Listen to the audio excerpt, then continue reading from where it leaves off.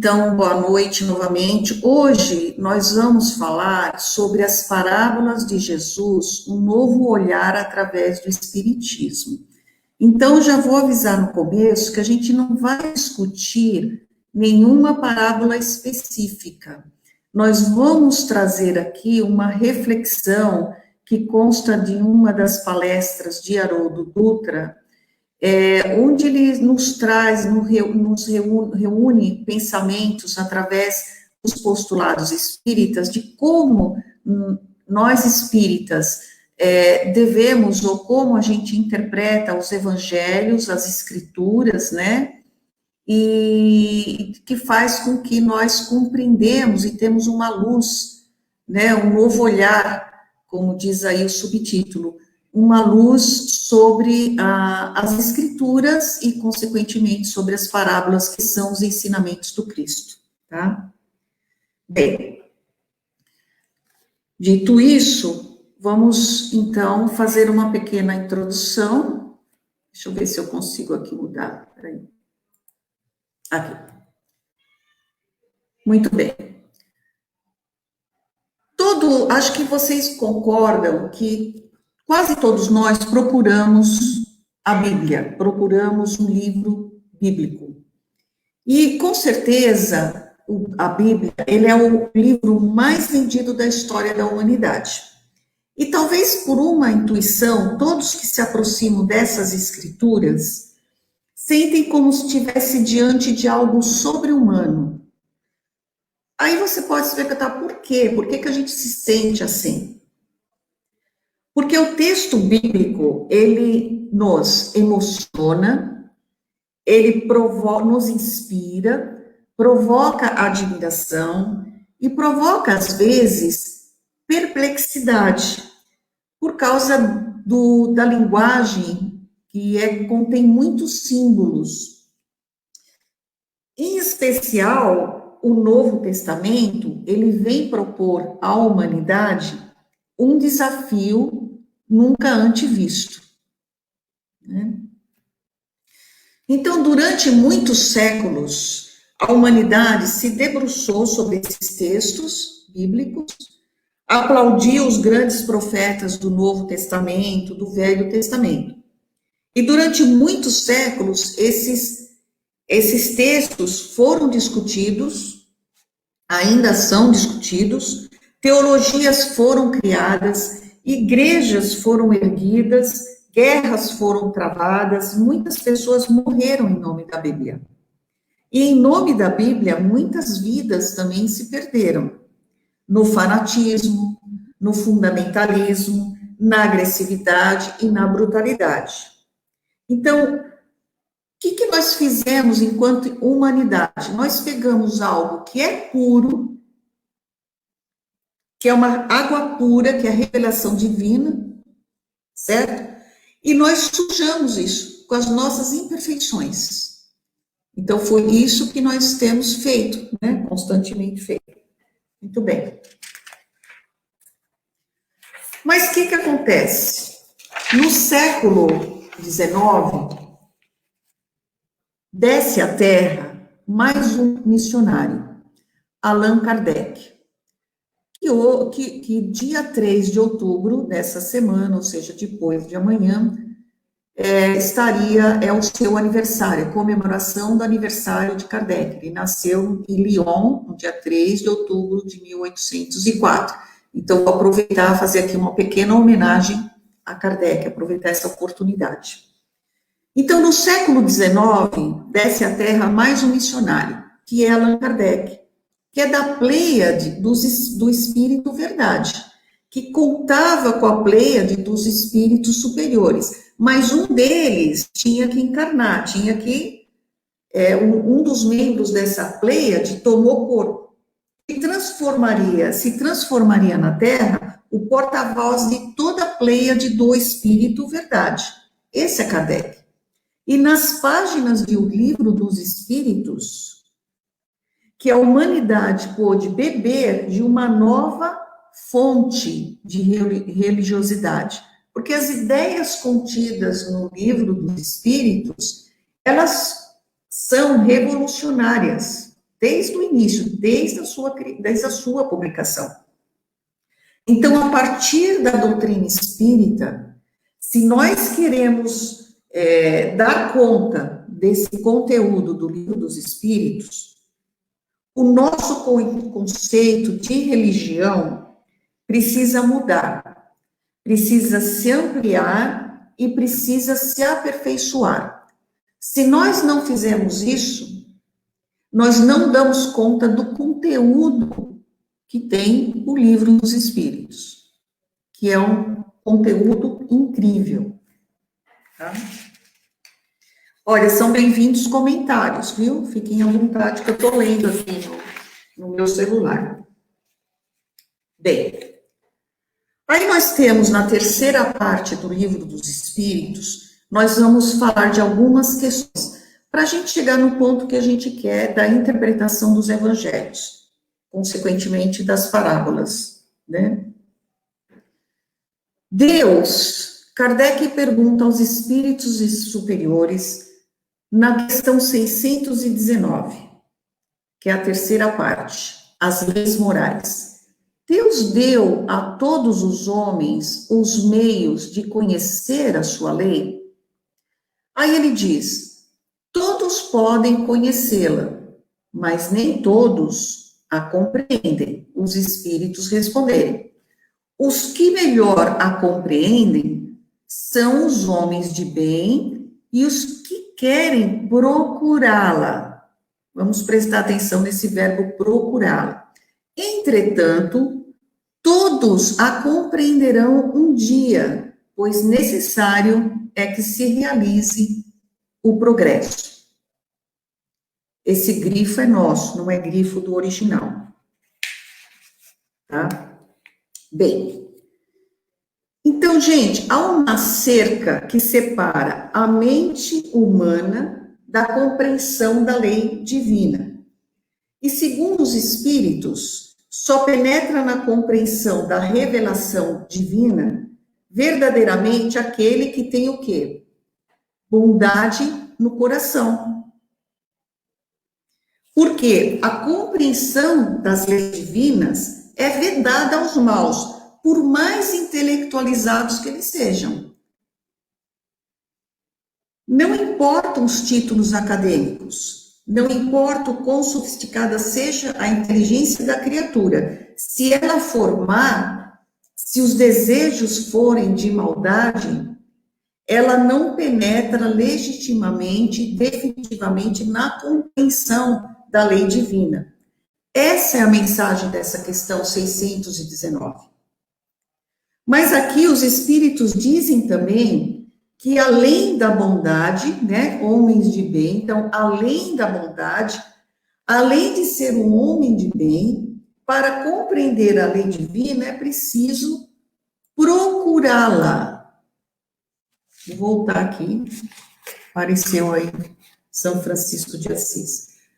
É necessário procurá-la. Então, não basta ser homem de bem. Tem que procurá-la. Muito bem.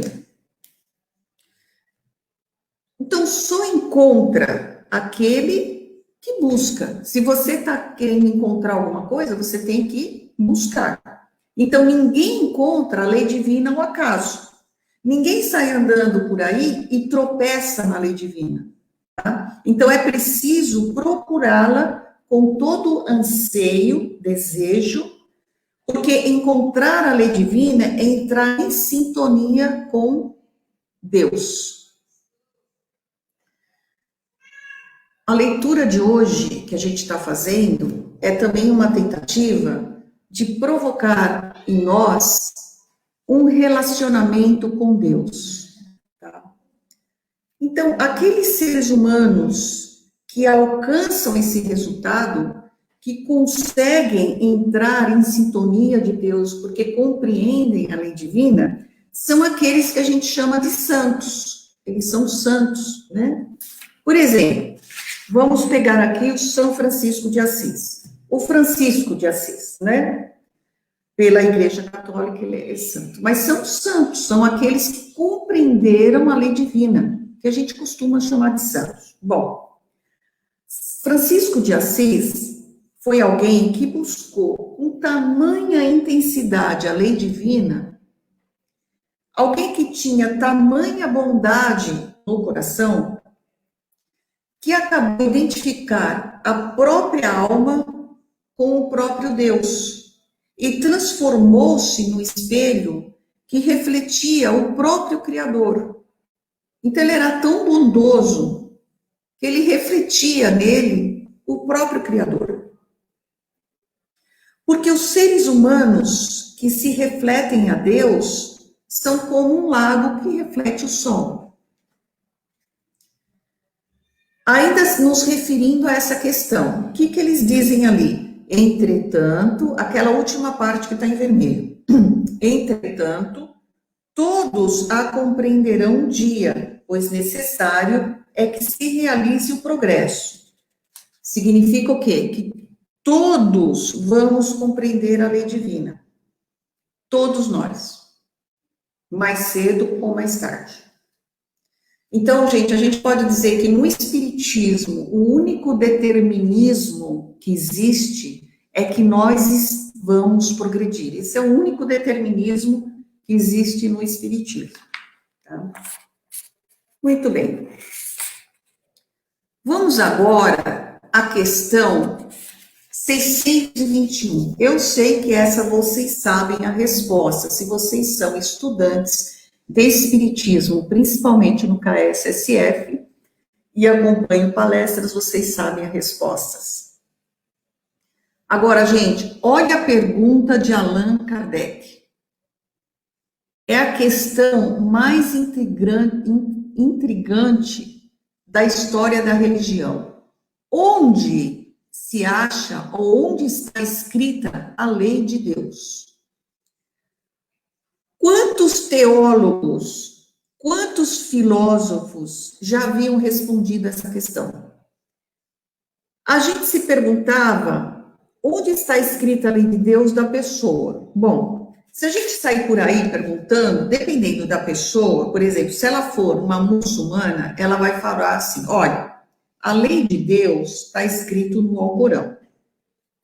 Se essa pessoa for judia, ela vai dizer, a lei de Deus está escrito na Torá. Se for cristão, dirá que está escrito na Bíblia. O que tem em comum com todas essas respostas? É que a lei de Deus, através dessas respostas, elas estão em um livro ou em um pergaminho, né? Como se a lei de Deus, ela pudesse ser tocada por mãos humanas. Como se a lei de Deus fosse algo perecível como a matéria. Como se Deus pudesse falar a linguagem de nós encarnados, que é extremamente limitada. Mas os espíritos superiores dão a resposta simples, onde está escrita a lei de Deus. Dizem eles, na consciência. Isso mesmo, alguém já respondeu aí. Então, na consciência.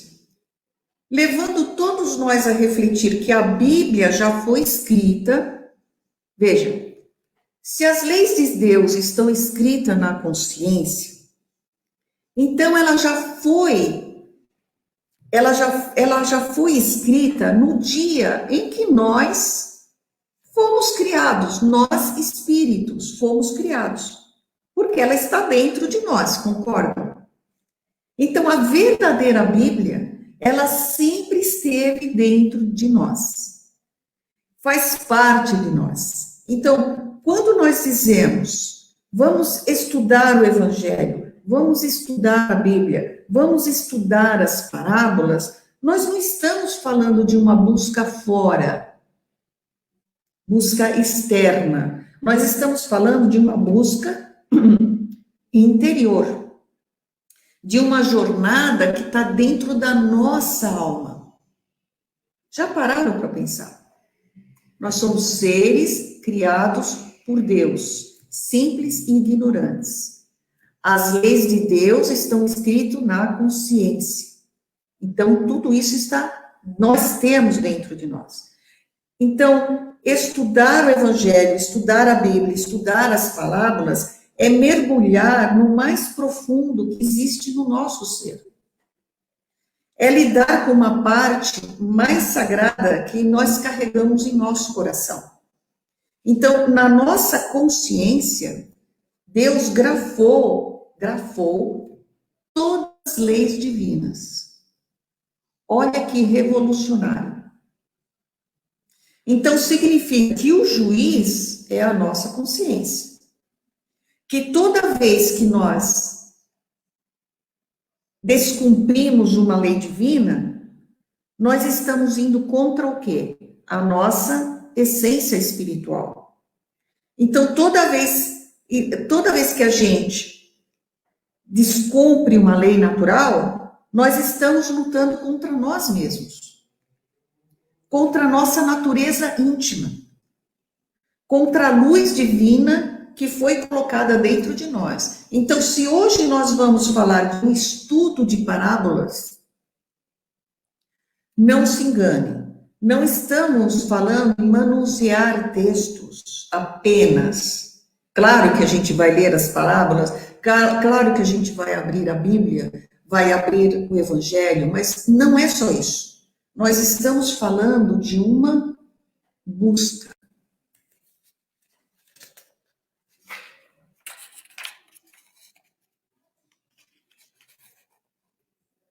Mais uma coisa. Agora, então nós estamos falando de uma busca. Mas para buscar, a gente tem que querer encontrar. Então eu vou contar aqui uma história que Haroldo Dutra menciona desse seminário que ele deu, que é uma história de uma jovem que ela queria sair de um grupo no centro espírita. Então ela procurou ele e falou assim: olha, Haroldo, me ajuda. Eu já fui para o hinduísmo e não encontrei. Depois eu fui para o budismo e não encontrei. Fui para o protestantismo e não encontrei. Fui para o catolicismo e também não encontrei. Agora, vim para a doutrina espírita e não estou encontrando. O Haroldo Dutra pergunta para ela assim: mas e você realmente está com vontade de encontrar? Ou a sua busca é um conjunto de atos mecânicos? Essa resposta foi muito boa. Ele fala assim para ela: o dia que você desejar verdadeiramente encontrar, você não vai precisar sair do lugar. Vai vir até você. Não é você que vai. Vem até o encontro, mas você precisa desejar. Ele falou para ela: eu posso ajudar no que for preciso, mas eu não posso querer por você. Eu não tenho esse poder. O único poder que eu tenho é de querer para mim, meu querer. Ele respondeu. Então, gente, é sobre isso que a gente está falando. É sobre essa busca. Bem, o Kardec, ele não se contentou só com essa resposta. Ele é uma pessoa, assim, muito indagadora. Então, ele tenta aprofundar mais essa questão 621. Aí ele fala: desde que o homem tem na consciência a lei de Deus, então qual é a necessidade de revelar? Pois bem, os espíritos respondem: ele a tinha esquecido e desprezado, quis Deus que ela lhe fosse lembrada, já que as leis estão na nossa consciência. Aí você pergunta: sabe aqueles bilhetinhos que a gente deixa na geladeira? Que aí a gente usa aquele post-it e coloca um monte de bilhetinhos na geladeira? São lembretes, né? Então, quando a gente tem a Bíblia na mão, segundo os espíritos superiores da Pleiade do Espírito de Verdade, você está com um lembrete nas mãos. É só um lembrete para você não esquecer do que está dentro de você. dormindo, esquecido ou menosprezado, o que é pior. A lei divina, ela dorme em alguns ou é menosprezada em outros. Então, o Criador determinou que fosse escrito bilhetes e lembranças. Tá? Na questão 622, porque veja bem, esses livros, a Bíblia é um conjunto de livros, né? É uma biblioteca, na verdade, de livros. A questão 622, confiou Deus a certos homens a tarefa de revelar a sua lei? Os espíritos respondem sim, por certo, em todos os tempos houve homens que receberam essa missão. São espíritos superiores, encarnados com o objetivo de fazer progredir a humanidade. Mas o que é difícil para nós? Em quem confiar, né? Que nós vamos falar disso daqui a pouco. Então, difícil é separar o trigo do joio. O que nos lembra uma antiga lenda, é uma história antiga. Dizem que certa vez o diabo visitou a terra. Gente, é uma lenda, uma metáfora. E disse que ele passava pelos caminhos e começou a jogar mentira na rua. E ele tinha um ajudante. De repente, o diabo tira do saco uma meia-verdade. Aí o ajudante, mas mestre, você está jogando uma meia-verdade? Disse o ajudante. O diabo replica, é pior que uma mentira. Por quê? Porque a meia-verdade te fisga. E a outra mentira, metade mentira, te escraviza. Porque você não consegue mais discernir o que é verdadeiro do que é falso. Abrindo parênteses, isso me faz muito lembrar a situação atual que vivemos em toda a humanidade. Das notícias falsas, das notícias que são meias verdades, ou meias mentiras, que a gente acaba não conseguindo mais discernir aquilo que é verdadeiro ou não. Fecha parênteses, voltando ao nosso estudo, né? Voltando aqui ao nosso estudo. Mas aí Kardec vai perguntar na questão 624, então, qual o caráter do verdadeiro profeta? Porque como nós humanos vamos identificar qual é aquele que está trazendo realmente os lembretes aí de Deus, né? Sobre as leis naturais. Então, os espíritos respondem, o verdadeiro profeta é um homem de bem, inspirado por Deus, pode ser reconhecido por suas palavras e por suas ações. Deus não se serve da boca do mentiroso para ensinar a verdade. Então, nós temos aí como identificar um verdadeiro profeta. Veja bem, entendendo o profeta, o que seria profeta? Aqueles espíritos que receberam a missão de revelar a lei divina, que está dentro de nós. Então, o profeta é aquele que vem, toca no seu ombro e diz, amigo, você se lembra? Aí você fala, não. Então, deixa eu refrescar a sua memória. Olhe para dentro de você. É por isso que quando a gente lê um texto bíblico, os verdadeiros profetas que foram inspirados para trazer essas mensagens que estão ali, eles estão falando algo de que cala bem fundo no nosso coração. E é por isso que a gente fica mexido, é por isso que a gente se comove com o que está escrito. Bem, aí na questão 625, que eu tenho certeza que vocês sabem a resposta também, já sabem dessa questão, qual o tipo mais perfeito que Deus ofereceu ao homem para lhe servir de guia e modelo? Vede Jesus. Gente, é a resposta mais curta do livro dos Espíritos. Vede Jesus. Eles foram enfáticos. É como se os Espíritos dissessem assim: você precisa olhar, você precisa realmente olhar para Jesus, mas não como as religiões tradicionais olham. Você precisa encará-lo com um novo olhar, como um guia e modelo. No comentário que Kardec faz à questão 625, que nós vamos ler agora, tá? Aliás, esse comentário é simplesmente extraordinário. Jesus representava para o homem o tipo da perfeição moral a que a humanidade pôde aspirar na Terra.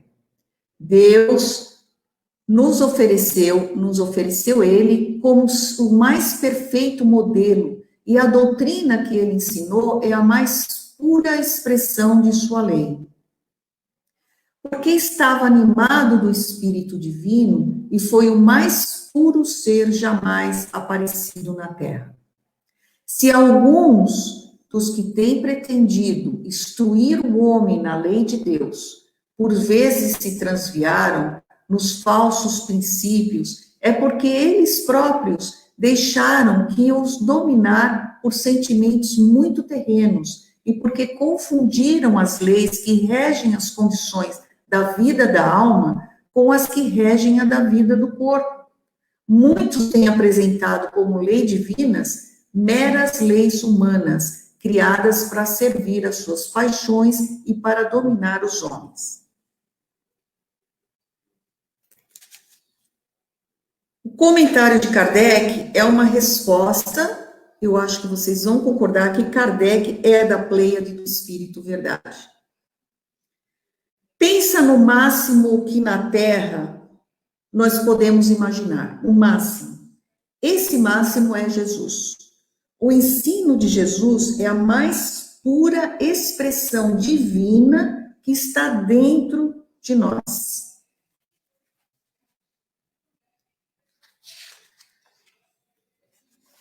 Uma viagem interior, como a gente diz, porque, retomando, as leis divinas estão escritas na nossa consciência, vieram profetas e Jesus, como o Espírito mais perfeito que pisou sobre a terra, a nos lembrar dessas leis.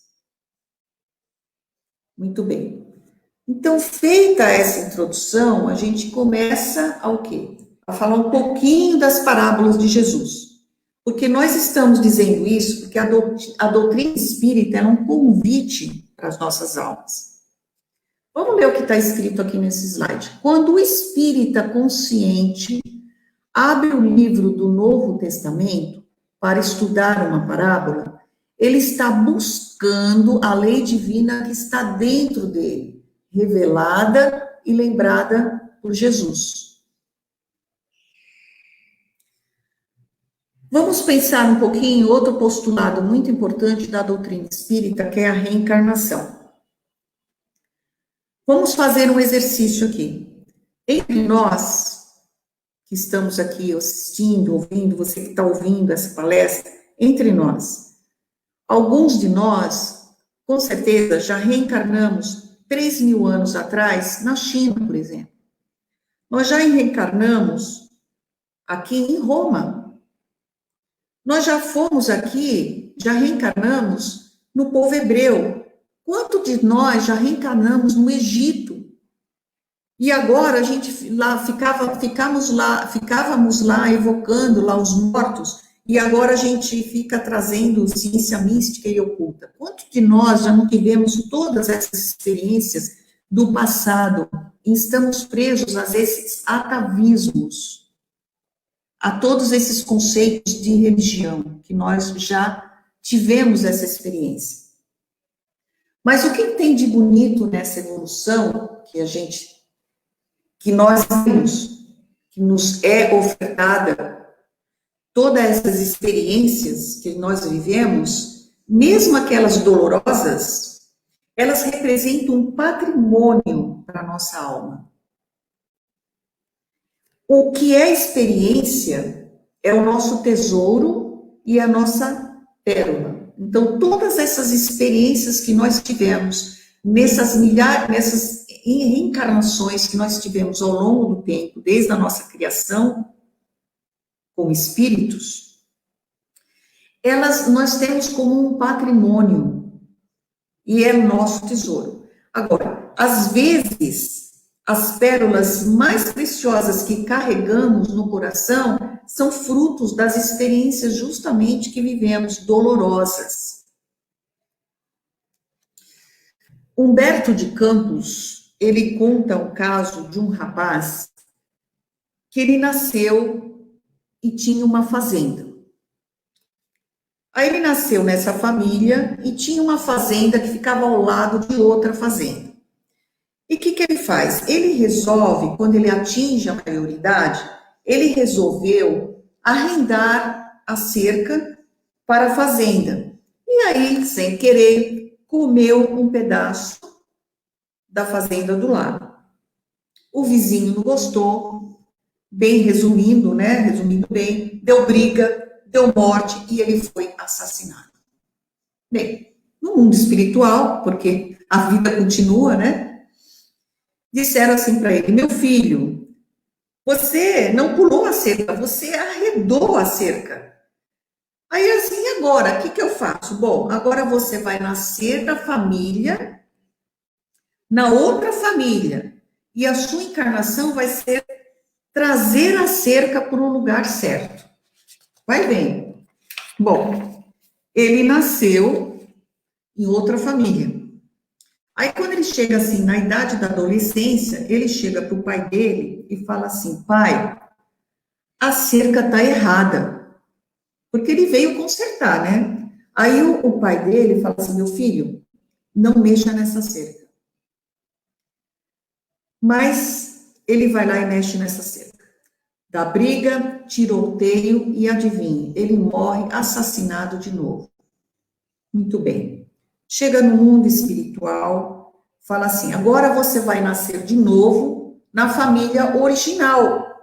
E pelo amor de Deus, não mexa nessa cerca. Então, todos os personagens do drama estão reencarnados e vão repetir a mesma história. Só que nessa história já se passaram aí 300 anos. Então, foram 3 encarnações por causa de um limite entre 2 fazendas. Quando ele chega na vida adulta, dessa reencarnação, da terceira, o irmão mais novo tenta influenciar ele, porque aí já existe um processo de obsessão, e fala assim, pede para mudar a cerca. Mas aí, como que ele vai reagir? Porque ele já foi assassinado 3 vezes, né? Como é que ele vai reagir? Como ele já acumulou a experiência do sofrimento e da dor, ele vira para o irmão mais novo e diz: você está proibido de passar a 100 metros dessa cerca. É até engraçado. Essa é a experiência. Esse é o patrimônio que ele adquiriu.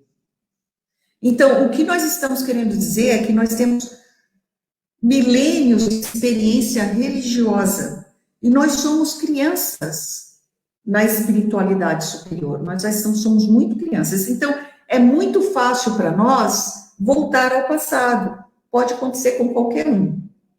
Então, quando você mesmo menos imagina, né, quando nós menos imaginamos, a gente fica em alerta, mas de repente a gente está praticando práticas religiosas do início da evolução da humanidade, sem perceber. São os atavismos.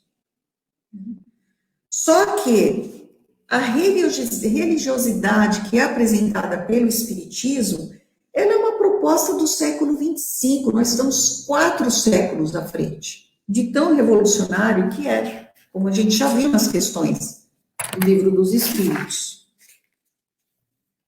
Veja. Jesus Cristo tem bilhões de anos de evolução. Acho que vocês já ouviram isso, né? Agora, nós vamos fazer um exercício mental, tá? Imagine você, vamos nos imaginar, todos nós, há 10 mil anos atrás. Como que nós éramos? Será que a gente era mais cheio de virtudes ou de defeitos?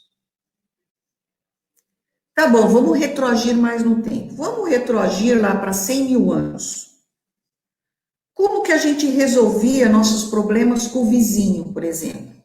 Será que era de uma forma bem evangélica? Vamos supor que a gente tenha tido um problema com o chefe há 500 mil anos atrás. Como será que a gente resolvia? A gente era uma pessoa caridosa, mansa, humilde? Será que nós éramos isso há 500 mil anos atrás? E há 900 milhões agora, de anos atrás. Se alguém pisasse no seu calo, como nós reagiríamos? E há 2 bilhões de anos atrás? Qual o conjunto de experiências que nós trazíamos até então? Nós éramos experientes, espiritualizados, bondosos? Aonde a gente está querendo chegar? Nós estamos querendo chegar no seguinte: há 4 bilhões e meio de anos atrás, Jesus já era o governador espiritual do planeta. Ele já era Cristo. Perceberam aonde a gente quer chegar? Então, os sistemas solares, se você considerar que um sistema solar dura em média de 15 a 20 bilhões de anos, os sistemas solares que o Cristo viveu já nem existem mais. Nesse livro, A Caminho da Luz, a gênese planetária do livro A Caminho da Luz, ditado por Emmanuel, ao médium Chico Xavier, ele fala o seguinte: Jesus faz parte de uma comunidade de espíritos puros e eleitos por Deus, que dirige a vida de todas as coletividades dos planetas habitados do sistema solar.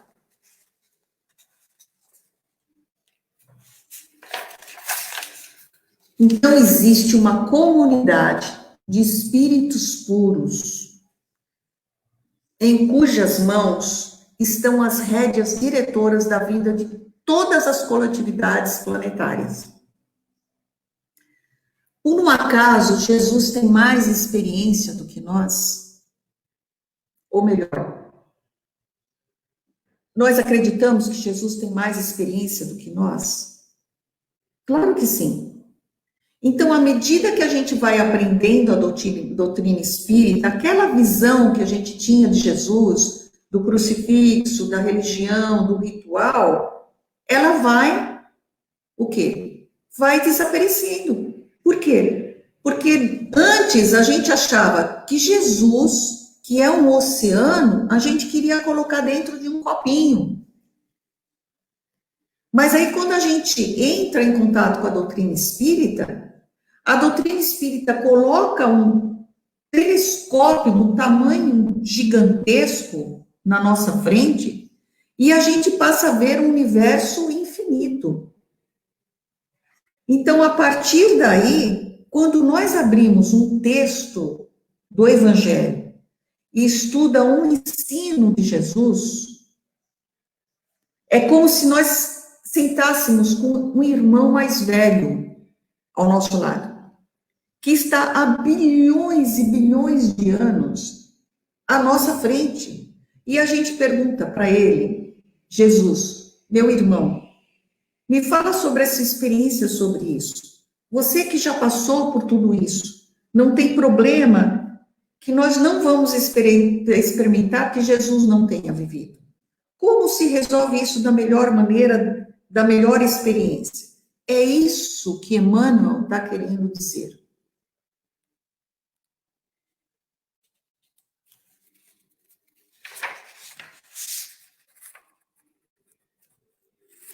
A pureza de sentimento. Se eu vou para o texto evangélico ou bíblico com pureza de sentimento, eu não estou buscando contradição. Eu não estou buscando a letra, porque a letra mata. Se eu vou de coração puro, eu estou buscando espírito, estou buscando algo espiritual, estou buscando um alimento espiritual. Palavras de Haroldo Dutra, no seminário em 2013. Então, quando nós nos aproximamos do Evangelho, nós nos aproximamos conscientes de que lá tem um tesouro, tem milhões de pérolas. Mas a pergunta é, quando nós abrimos o Novo Testamento, o que nós estamos buscando? Porque a gente vai encontrar aquilo que a gente está buscando.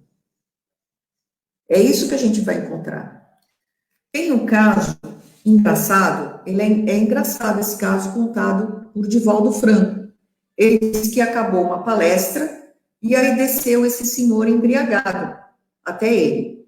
E ele falou assim, senhor Divaldo, o senhor que é o Divaldo, né? Essa pergunta já foi meio estranha. Ele falou, sim, sou o Divaldo. Bom, ele falou assim, Jesus era alcoólico. Aí ele assim, Divaldo ficou pálido, né?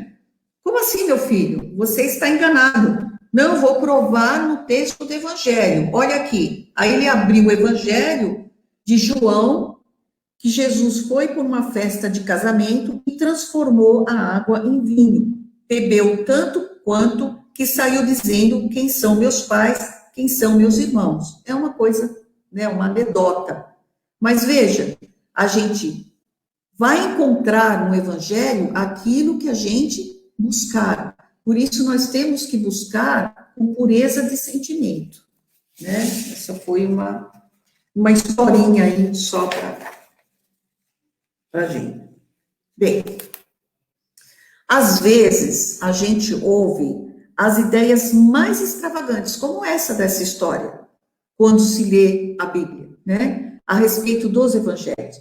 Agora, às vezes a gente conta as coisas mais esdrúxulas também. Mas aquele que é sincero, que tem pureza de coração, de intenções, esse está buscando a Deus. E diz o profeta Isaías, Deus quer ser encontrado. A coisa que mais ele quer é ser encontrado. Então, nós estamos buscando a Deus. Nós estamos buscando o quê? A lei divina, quando a gente abre o Evangelho. Eu trouxe para vocês uma mensagem de Alta de Souza, muito bonita. Em um grupo espírita, eles fizeram uma música. Eu vou tentar passar, eu não sei, porque como nós estamos ao vivo no Facebook, eu não sei se vai sair o som. Se não sair o som, vocês me avisam que eu pulo o slide e vou para o texto onde está exatamente onde a gente lê. Mas eu queria que vocês ouvissem a música. Vamos ver se é possível, tá bom? Vamos tentar, vamos ver. Depois eu volto aqui. Vamos ver.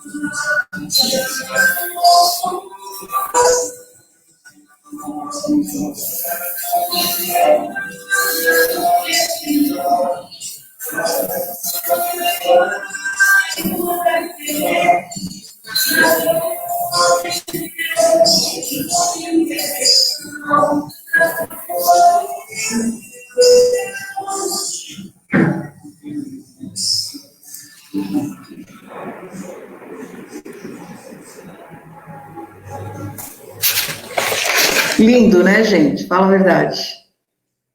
Meu irmão, tuas preces mais singelas são ouvidas num espaço ilimitado, mas sei que às vezes choras consternado. Ao silêncio da força que interpelas, volve ao teu templo interno, abandonado, a mais alta de todas as capelas, e as respostas mais lúcidas e belas hão de trazer-te, alegre e deslumbrado. Ouve o teu coração em cada prece, Deus responde em ti mesmo e te esclarece, com a força eterna da consolação. Compreenderás a dor que te domina, sob a linguagem pura e peregrina da voz de Deus em luz de redenção. Esse é um poema lindíssimo de Alta de Souza, espero que vocês realmente tenham gostado. No livro Caminho, Verdade e Vida, de Emmanuel, mais aniquilou-se a si mesmo, tomando a forma de servo, fazendo-se semelhante aos homens. Essa é uma carta de Paulo aos Filipenses, capítulo 2, versículo 7. Para executar sua divina missão de amor, Jesus não contou com a colaboração imediata de espíritos aperfeiçoados e compreensivos, e sim aniquilou-se a si mesmo, tomando a forma de servo, fazendo-se semelhante aos homens. Se teu próximo não pode alçar-se ao plano espiritual em que te encontras, podes ir ao encontro dele para o bom serviço da fraternidade e da iluminação, sem aparatos que lhes ofendam a inferioridade. Gente, uma última reflexão para a gente fechar, né, a nossa aula de hoje. Tudo isso que nós discutimos hoje, que eu quero que vocês levem, pelo menos isso que eu vou estar falando agora, nós começamos a estabelecer uma relação com Deus, Ele que nos criou. Vocês viram no poema de Alta de Souza, que é fantástico. Deus fala, mas ele fala sem palavras articuladas. Ele toma os sentimentos da nossa alma. Então, quando Deus quer que a gente ajude alguém, ele inflama a gente de amor. Quando Deus quer que a gente auxilia uma criatura, ele inflama a gente de misericórdia. Então, nós somos tomados por ele. Por quê? Porque ele fala através do nosso coração. É lá que está o altar mais alto da terra. Então, a gente não precisa escalar uma montanha, pois a igreja mais alta, está dentro de você. Seguimos o exemplo do Cristo, exemplificando sempre o seu evangelho de amor. Essas eram as palavras que a gente tinha para hoje.